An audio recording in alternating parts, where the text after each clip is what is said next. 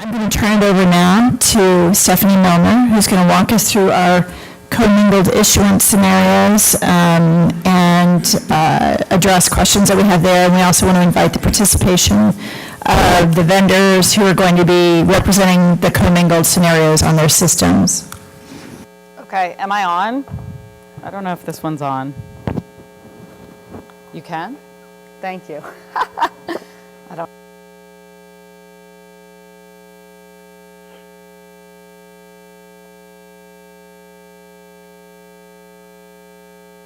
Okay. All right. If you guys want a break, we're not doing it. We're powering through. Okay, so we're going to talk a little bit about commingled, the commingling concept and the products, and you know, there is a lot changing here, both from sort of what you can resecuritize and also a little bit on the operational side. But I think first I want to talk about what's not changing.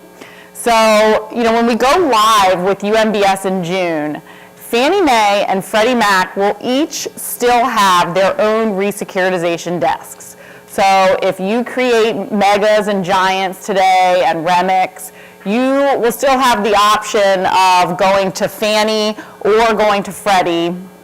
And I'll describe in a minute in which cases you can only take Fannie collateral to Fannie and can only take Freddie collateral to Freddie, and then I'll explain what you can actually take to either enterprise in this whole commingling world, okay? But just keep in mind as I go through all of this that Fannie Mae and Freddie Mac will each still have their own resecuritization desks. The phone numbers haven't changed. It's actually the same group of people, and those are the people you go to when you want to create a super mega giant or a REMIC.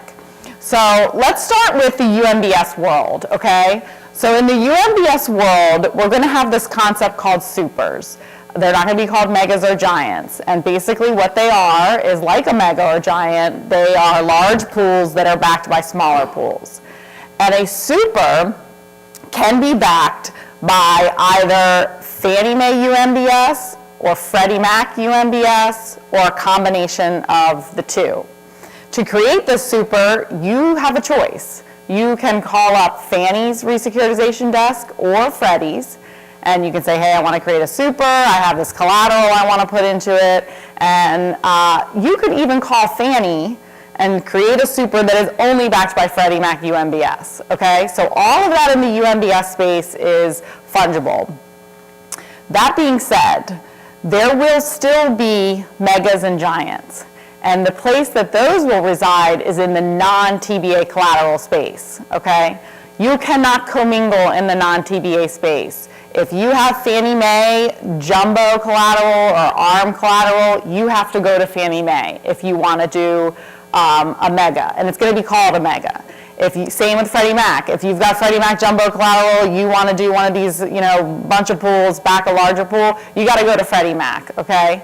So and this really runs in the spirit of what we're doing here is that we're creating this one large market, but in the TBA space only. So we're not aligning on those non-TBA products, so it would, you know, fall in line that those remain separate. Another little nuance is, you know, along with the spirit of existing Fannie Mae TBA today becomes UMBS. So if you want to do a super, and you're going to have a mix of Fannie and Freddie UMBS. In that mix can be Fannie Mae MBS 30-year fixed rate that was issued 2 years ago, okay? Because all of that MBS is UMBS, not with the 45 days though, okay? So if you have a 45-day pool and you're like, I really want to mix this with some Fannie Mae MBS or UMBS and create a big super, you have to exchange that. You have to go to Freddie Mac. You have to take that 45-day, and you have to get back a Freddie Mac UMBS. Okay, so that's the supers. The REMICs work pretty much the same way. So if you think about it, if you're familiar with REMIC transactions, there's typically what's called a shelf, okay, which is like the deal for that month. A dealer will have a shelf with Fannie, typically. A dealer will have a shelf with Fannie Mae, and this is today, they have a shelf with Fannie Mae, they have a shelf with Freddie Mac. And on the Fannie Mae shelf, they might have a number of groups, okay, which are each kind of like mini deals within the shelf.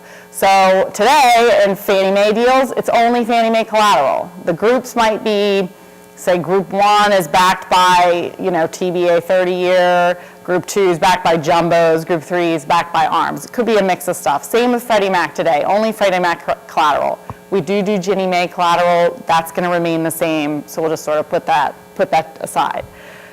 In the future, like I said, where there's still going to be a Fannie Mae REMIC shelf, there's still going to be a Freddie Mac REMIC shelf. But for groups that are backed by TBA eligible collateral, meaning 30-year, 15-year, 20-year, 10-year fixed rate, you can commingle, okay?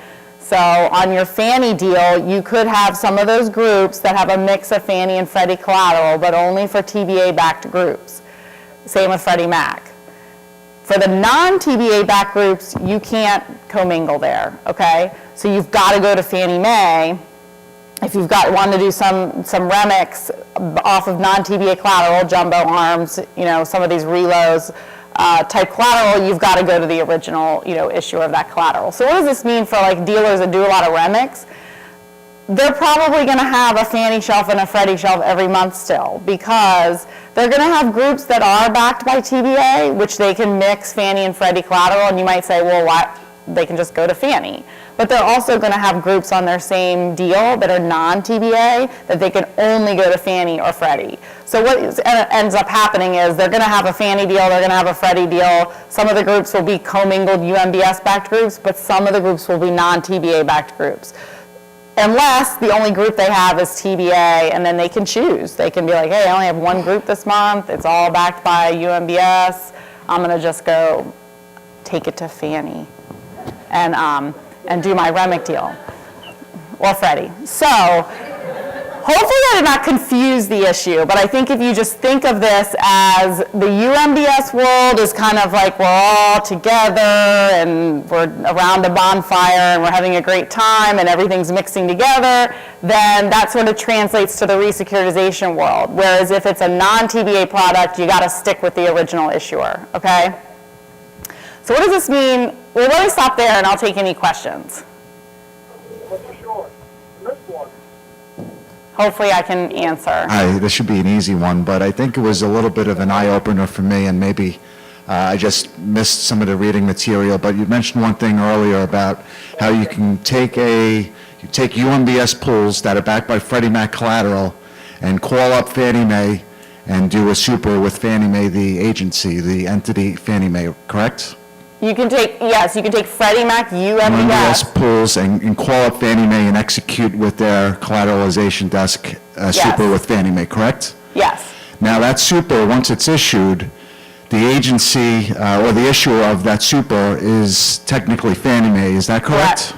Yes. So issuer and guarantor is Fannie. The issuer is Fannie Mae, even though the collateral is Freddie Mac. Correct. So I'm thinking about how we were talking about STIP TBAs earlier in this discussion, and clients having perhaps or doing UMBS TBAs with STIP Freddie Mac or STIP with Fannie Mae. I'm just thinking out loud here that I'm wondering how am I going to, as a dealer, really easily differentiate when I get delivery of a super and I have a TBA that I got to fill on my sell side that says Freddie Mac or Fannie Mae collateral only, and I have a super in my inventory, I can't just look at the issuer and say, oh, it's Fannie Mae, and I can't use that pool, because I may be able to use that pool. And I'm just thinking, and maybe there's not an easy answer right now, but I'm just thinking, Why wouldn't you be able to just look at the issuer? You can't just look at the issuer, exactly. Why wouldn't you? Why wouldn't you? We're the guarantor. No, but I think when clients do STIPs, they're purposely saying, I want to buy Freddie Mac, pools backed by Freddie Mac loans, Okay. as opposed to They only want Freddie Mac loans. Freddie Mac loans, right? Because today, if they're buying a gold TBA, they're only getting Freddie Mac pools backed by Freddie Mac loans. In the world where supers exist and it consists of either or, it's going to be a little more difficult if a client is buying the STIP with Freddie Mac loan intention, not the issuer necessarily. I think that in this case, the STIP would be to the issuer. So the purpose of the STIP would be managing, issuer limits and concentration limits. Yeah, we haven't heard a lot from the buy side about wanting to stip only loans. Like, I only want Freddie Mac underwritten loans. It's on the issuer guarantor side because that's how they manage Yeah, but compensation. I'm sorry to interrupt, but I think it's a given. I know what you're saying, but again, I don't have a dog in the fight. I'm just adding my own opinion based on history. I honestly think, to the point that Chris is making, there's going to be a lot of confusion. I think this is something, and I'll look at Mr. Killian. I think, sorry. No, but I think this is something that's got to be taken up at SIFMA, right? These are the little odds and ends, right, that are going to come. Yeah. I think he said a Fannie Super. All right, you've got very few people in the room. You've already got two different opinions on this, of whether it's issued, or who it's issued by, or who it's backed by. Well, no, there's no, agreed a little bit there. And let me just clarify by saying an investor has a right to stip whatever they want. So I'm not saying it could not be the case that an investor said, for whatever reason, I want, collateral and I only want Freddie underwritten loans. So I totally agree that that can happen. I'm just saying from our conversations with a lot of the buy side, I haven't heard a lot of that said as far as which situations they want to stip in. We've heard a lot about issuer and guarantor. In this case, legally Fannie Mae is the issuer and guarantor, but there are going to be loans mixed in there that could be Fannie Mae underwritten loans and Freddie Mac. So I hear what you're saying. One thing to keep in mind is that we do have some of the data providers who are working on tools to provide that view of the supers. I think EMBS and Bloomberg are working on percentage where you could see, like, if there was a super pool, like what percentage was backed by Fannie Mae underwritten loans and what percentage was Freddie. Yeah, let me just add to this before we get to Chris. So I think there are a variety of wants and needs in this. So one want that we covered at the beginning was for name concentration limits and compliance. So I think what we're hearing mostly anecdotally is whomever is the last issuer of that security. So every QSIP has an issuer, right? If you roll it up into a super, then that's a new QSIP and a new issuer, perhaps. So for name concentration, they're looking to whomever is the most recent issuer of that QSIP. But let's imagine a scenario where I just like Fannie loans better than Freddie loans, as an example. Well, the easiest way to execute that trade is to buy from their cash window, where you know at a level one, all the loans that went into that security have to be Fannie, or vice versa in Freddie space.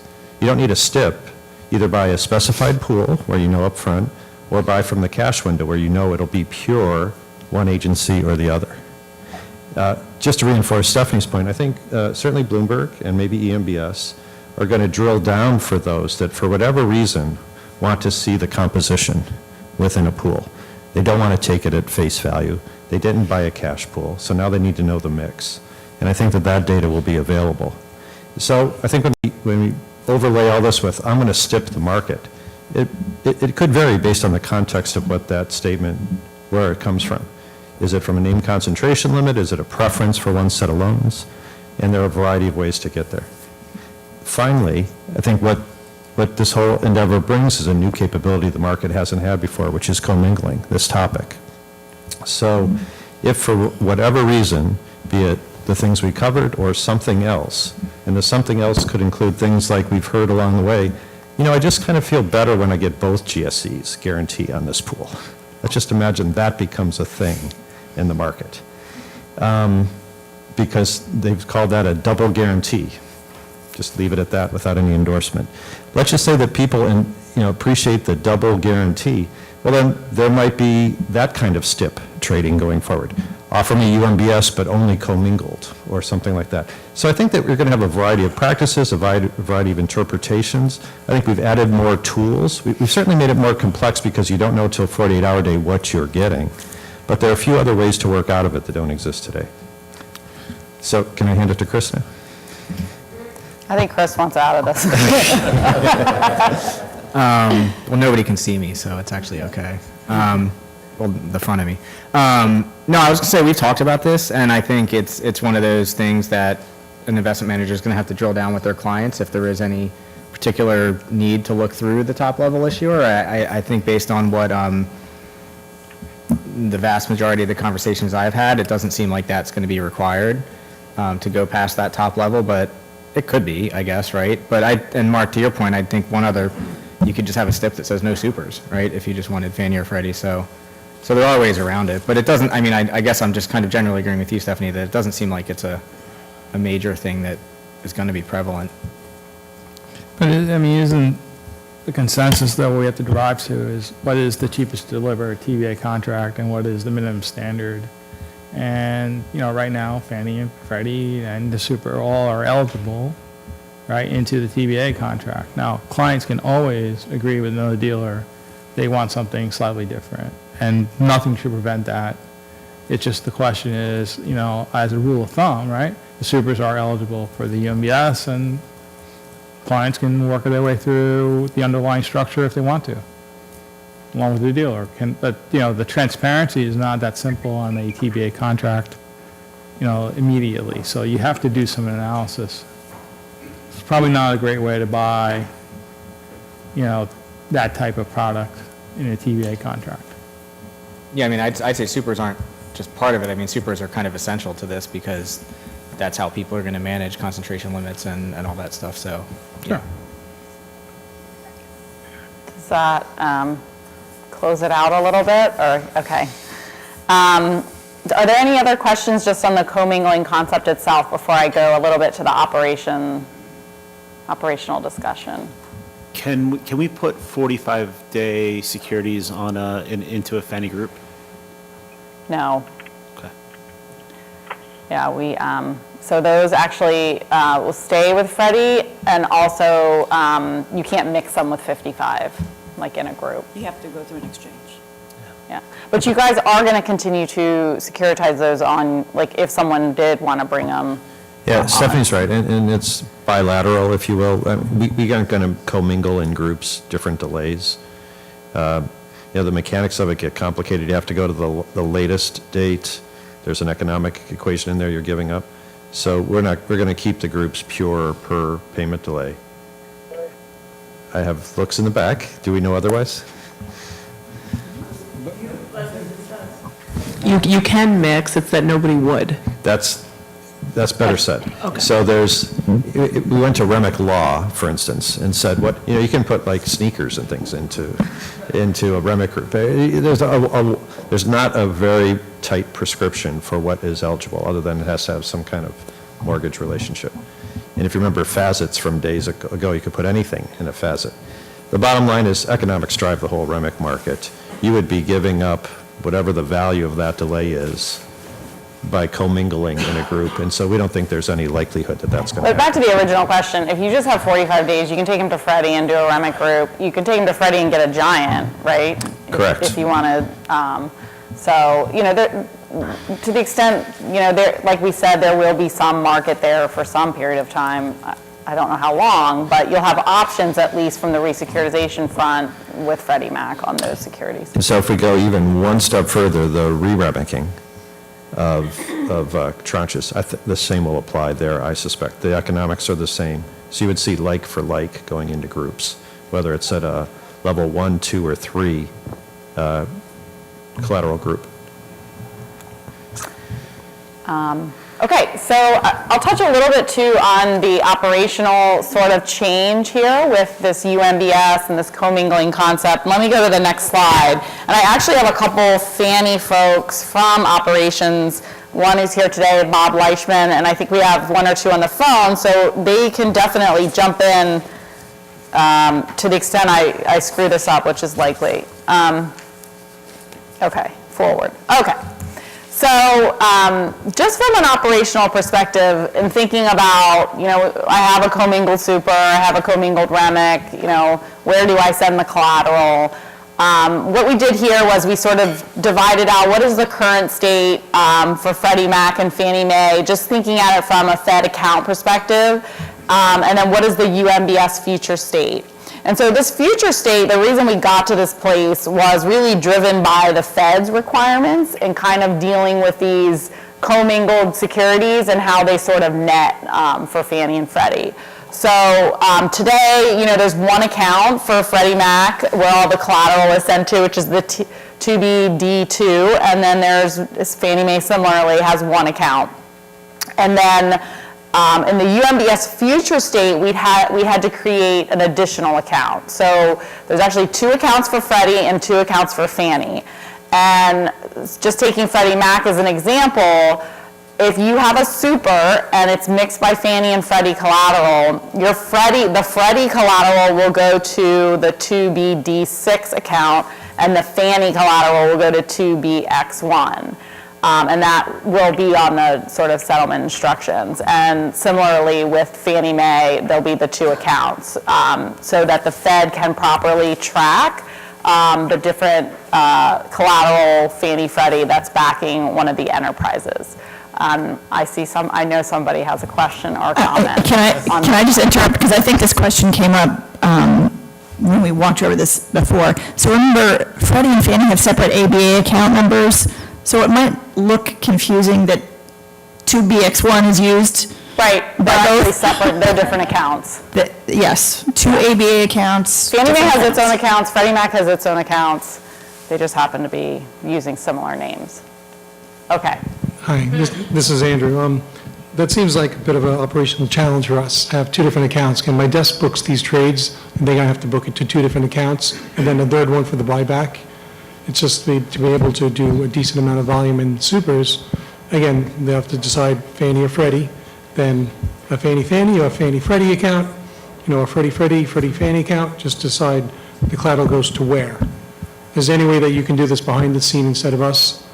So it's like us asking our clients, can you send, the agency on a different delivery instruction?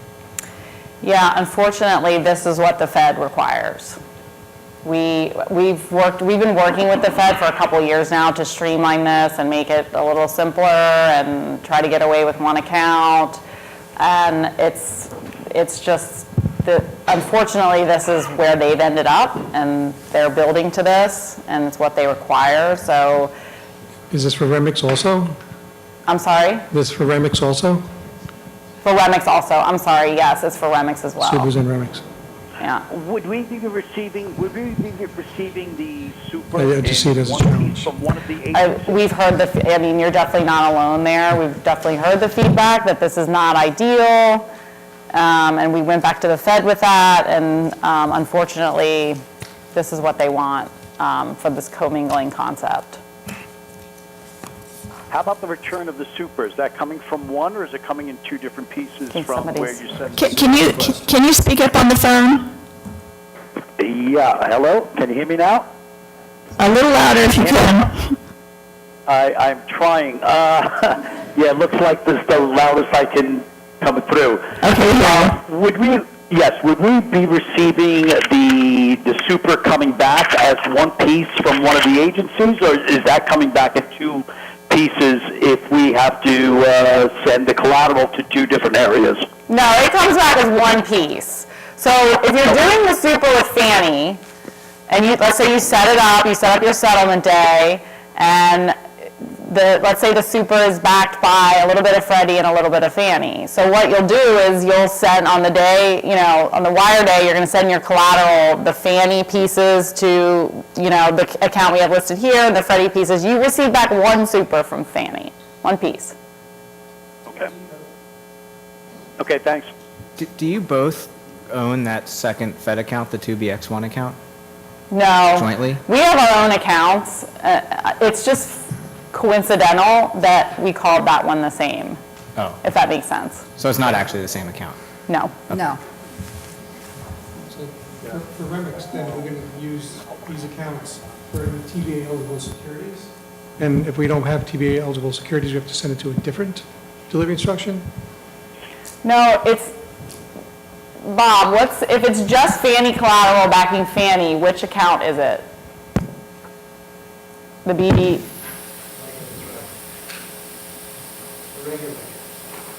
The same account you do today, which is the 2BD3. Just one account. So for the non-TBAs, you just send all the collateral to the 2BD3. Yeah. Okay. Is there any other? So this is really the operational change, which I can tell everybody's super excited about. everything else is status quo. So any other questions on that one? So the Mason and Giants stay as they are? Correct. Stay as they are. So I do want to also call out, we also have the same requirement for exchange. So exchange does need to go into two separate accounts when you deliver in the 45, and then where you get back is two different accounts. Not, right, but delivering in and out is two different accounts. Right. We're going to have two different entities. That's a buy and sell. This is two sellers.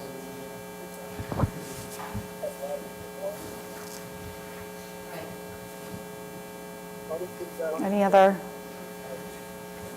Oh, did Bloomberg or EMBS want to talk at all about the functionality of looking at the percentages of the super makeup, or?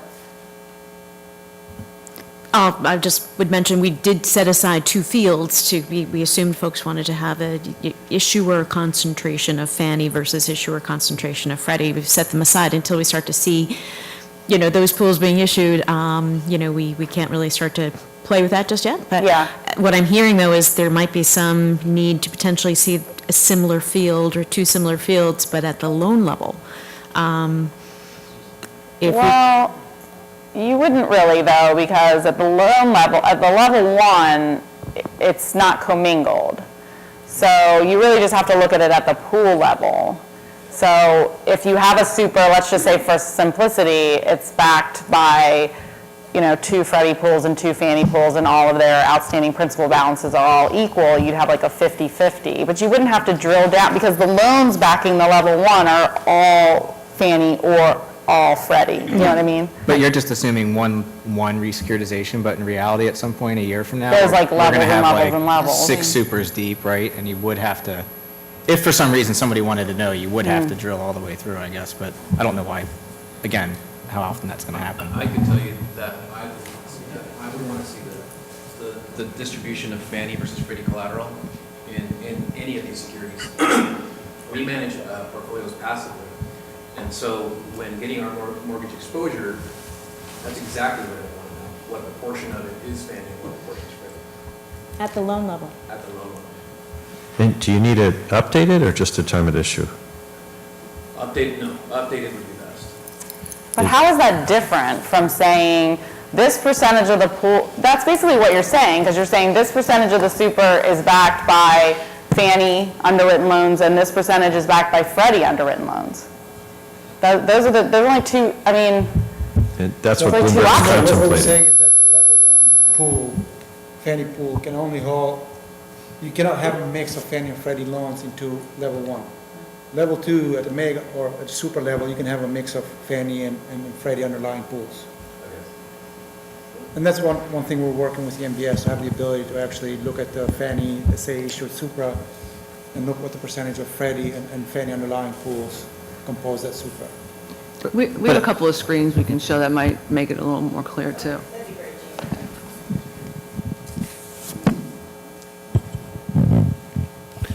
One thing that might be helpful is to have all the delivery instructions on the single security websites, just like on letterhead, because I think at some point, okay, we're going to have to set up all these accounts if we haven't already, and okay, no, that's good feedback. If you guys would just go to a single seller service, a guide like we talked about years ago. What? I'm making a bad joke.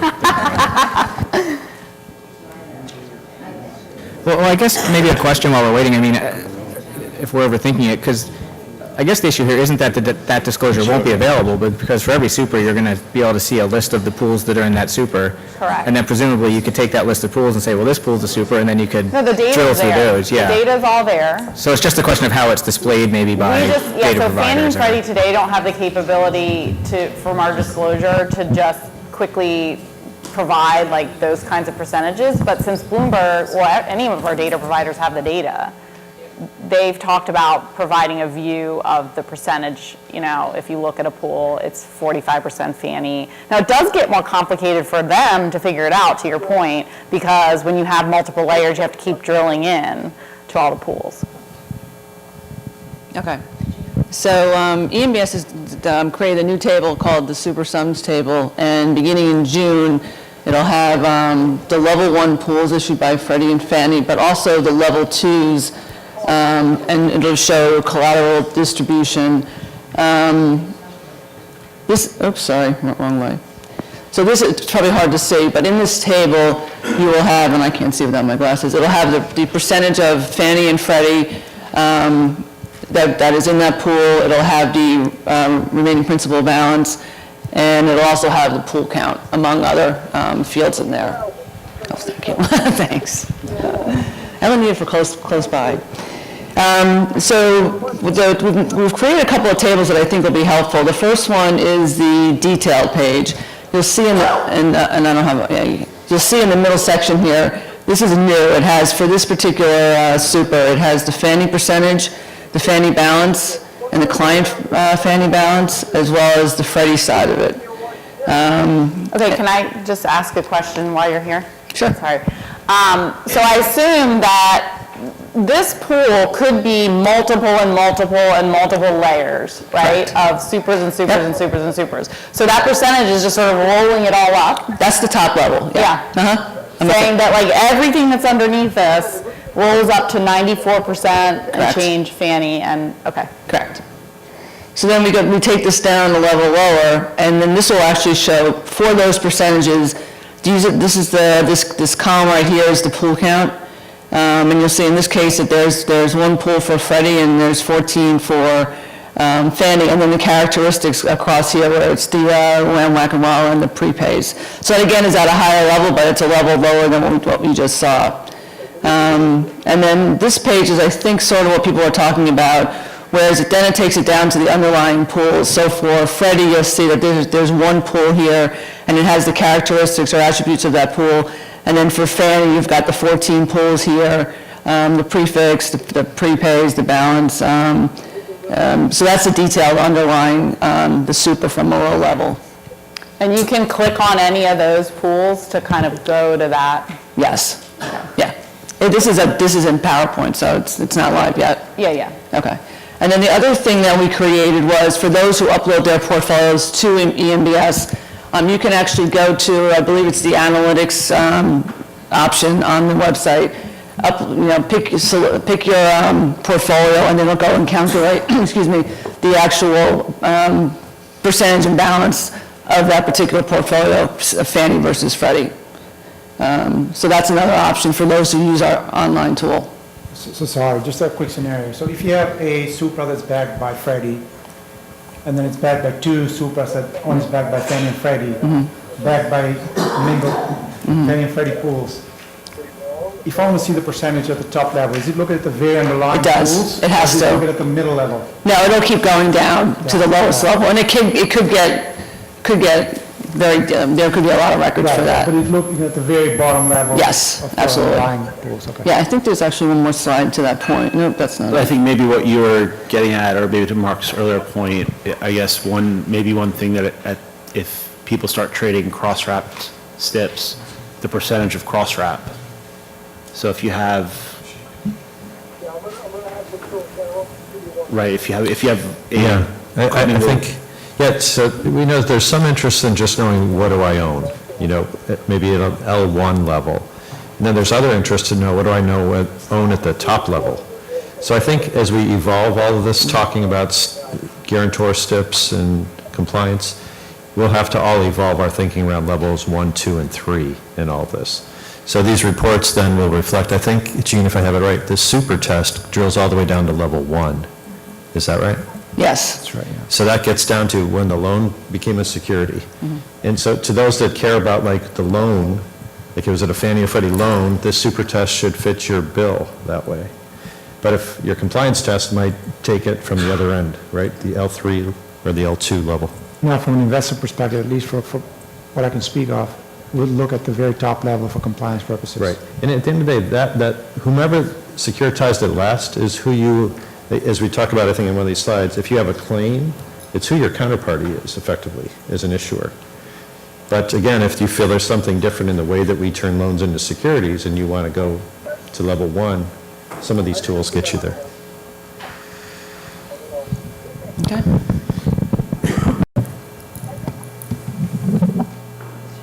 So one last question on this. How frequently will this be updated? Is it on a daily basis as Fannie and Freddie pools pay down Yes, on a daily it has to basis? be a daily basis, yep. Okay.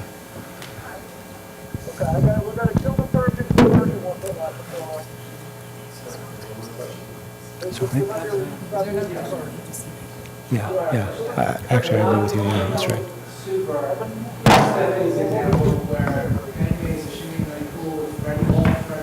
Would you show, how would you show that? Would you show that as 100% Freddie on that first page? That's a good question. I would assume it would be, if the underlying pools are Freddie Mac, it would be Freddie Mac 100%. Yeah.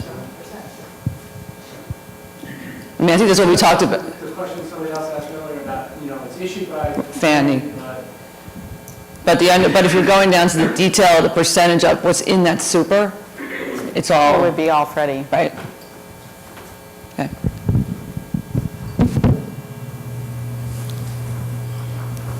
Sorry, can I ask one more question? I'm sorry. You can stay right there. So on that homepage, going back to what Bob just mentioned, in the lower left-hand corner, I know you have an issuer field where super was issued by Fannie, and it was all Freddie Mac collateral. I think we agree it would show 100% in the concentration. But would the issuer show Fannie for a super? It would say Fannie Mae pool. If Fannie Mae issued the super, and maybe if you, I don't want to make you go back to the homepage, but maybe I missed that field. Are you talking about this one? Is the issuer on there? So do we know if Fannie or Freddie issued that super? Yeah, it's right here. It's right here. Right here. Okay, so I don't have my glasses on either. It says Fannie Mae. Okay. All right, thank you. And then we'll have all these slides on our website tomorrow. And I think we did just send the slide deck out to everybody that was invited to the meeting. So all these slides that are PowerPoints, we've sent out to everybody, and then we will have the video recording as well.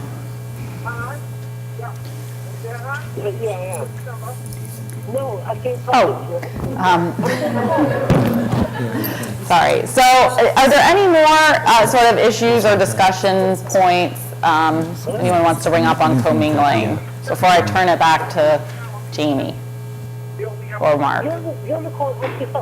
Just one question back to the supers. So that collateral makeup, will that be available on the day the super is issued, or will it be after the fact? It's available at Fannie the day it's issued. So as far as EMBS's tool, they said they're updating daily.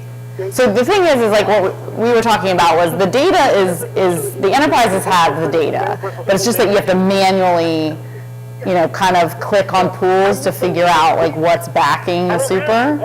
So when the pool is issued, we put out a final data statement, and on the final data statement has all of the QSIPs that are backing that super. So as EMBS is consuming this daily and updating daily, then you'll have it on the day all of these are issued. Or the day after? Or the day after, depending on what they're So that's finding. something that the operations people have to keep in mind if they have clients that are concerned about this.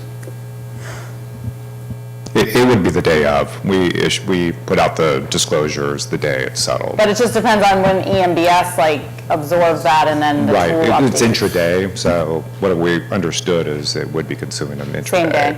And just one clarification, even though we put out final data statements now, that's just going to be embedded in the prospectus as well as the disclosure, so it's all one document instead of multiple. Okay. Anything else?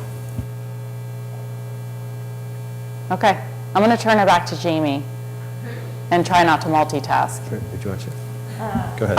All I wanted to ask is, this is kind of the portion of the agenda that we had set aside for any new scenarios or questions or issues that may still be open in people's minds before we wrap up for the day. So anything that anybody wants to offer up or ask a question.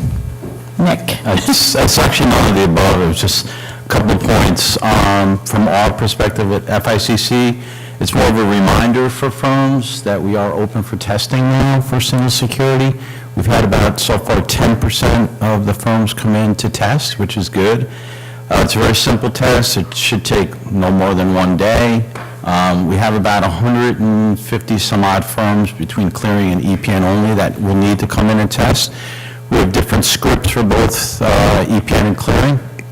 So we'd encourage people to come in, sign up, get the scripts and sign up for testing as soon as possible. Just also a reminder that the service bureaus, we are allowing them to test on behalf of their clients.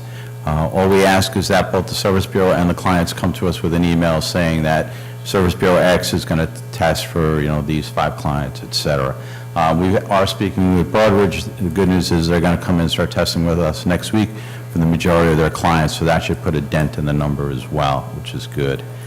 Another point, just to kind of reiterate something, it was brought up at lunch to me offline, just to reiterate, we are at FICC will continue to accept and net the golds once the single security is out there, as long as we get pricing. So it's not like we have any end date in mind. As long as there's a market out there and people are looking to trade them, they can still submit them to us for risk management, for netting, for EPN, et cetera. So as long as there's pricing out there, we will be able to do that. Just again, to reiterate something that was said earlier, over the last year, we've gotten a lot of efficiencies, especially operationally in the market. I think we look at single security as hopefully the next step of that. I know there is a lot of concern about STIPs. If it does move into STIPs as far as some of the trading at the TBA level, we do offer STIP trading as well. The only difference is, though, you would not be able to net those. You wouldn't get the benefits from that. And then the last thing I had is really a question that was asked of me constantly towards the end of Novation, which I'll bring up to the single security team is, kind of move forward a year from now, things are working well, the initiative's a success, when's the party? You laugh, but that was the question I got all the time. And we did have one. We've spent a lot of time talking about the party. I'd be surprised to be invited.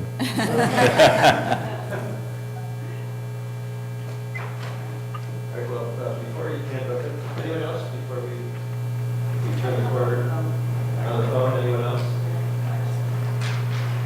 On the phone, is there anybody else? I think Nick brings up a great point. If you want to kind of announce your testing status, this would be a good place to do it too. Any others want to offer theirs up? For the trade web portion, I mentioned in the very beginning, the UMBS TBA stuff is on our demo environment now. Testing for the exchange will be in early March, and we will be broadcasting and updating specifications for post-trade and pre-trade stuff to the various OMSs and A clients within its imminent next day or two. So you can reach out to us whenever.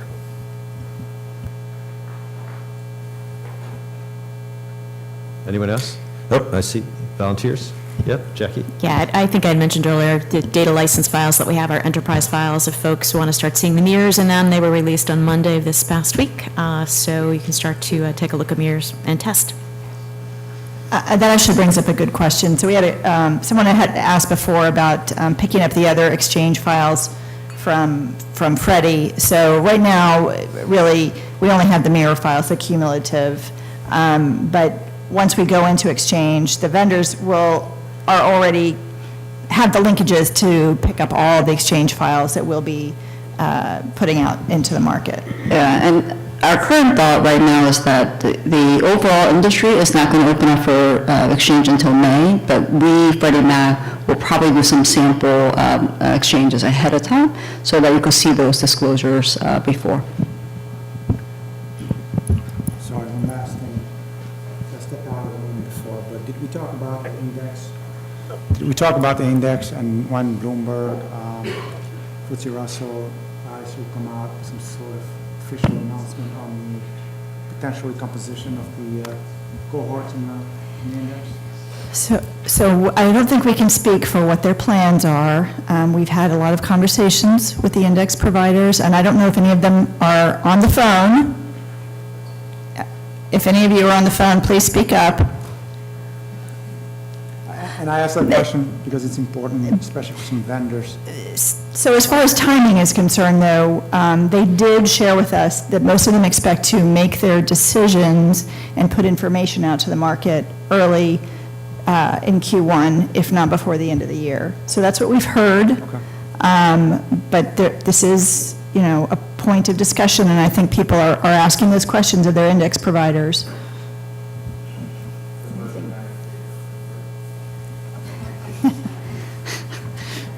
Yeah. Anything you would add?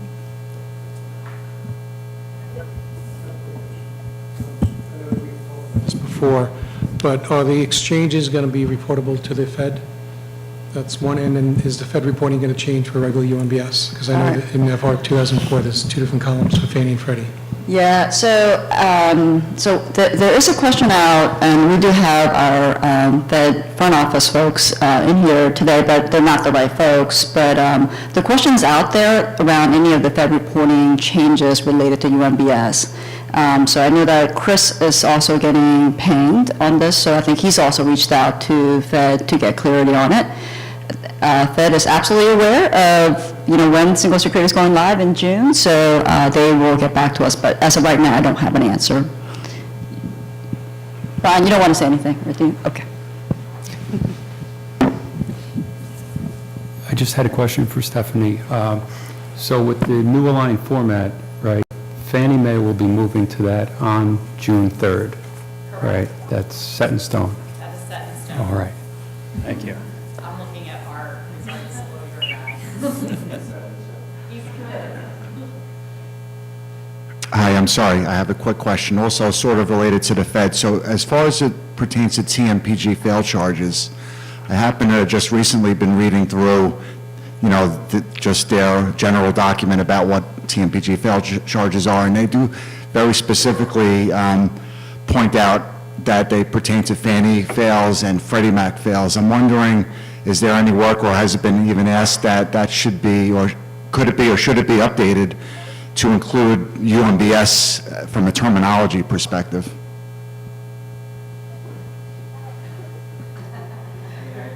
I think that there's still securities issued by Fannie and Freddie, so we haven't asked them, but I bet if we did, they'd just say it's meant to be inclusive of that. It's already covered. We deliver Fannie and Freddie pools. We don't deliver TBI. Yeah.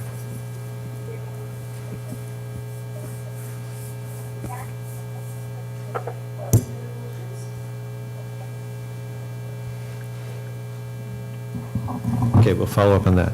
All right, so as we kind of round the corner, and I'm going to hand it to Shankar in a minute, let me review so we all kind of heard what I think we need to hear.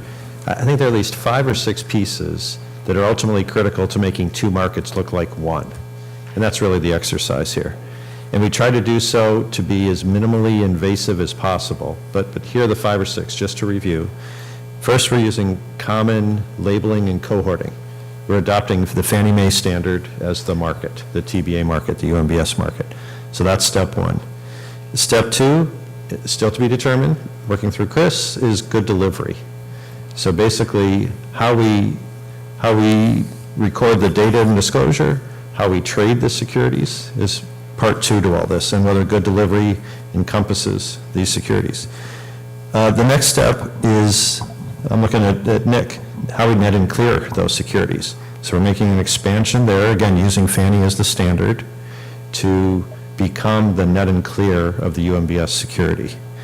The next step then is exchange on Freddie's part. How do you get the old ones to be part of the new ones in all of this? We've covered that.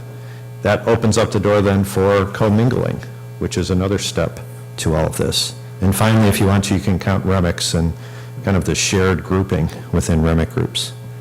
So when you put those 5 or 6 things together, you're basically building bridges between 2 existing markets. For those of you, nobody's as old as me, but what didn't work back in 1990 was we tried to create a new market all at once. I would say that's not the exercise today. The exercise is to keep the Fannie market on the rails and add Freddie into it. And so that liquidity won't take the big dip like we had in the gold product. You'll have a standard that we can build on, and the liquidity should only grow from where Fannie's is today as we get more and more of the product. So as you think about it from your seats, just make sure you're comfortable in each of those dimensions.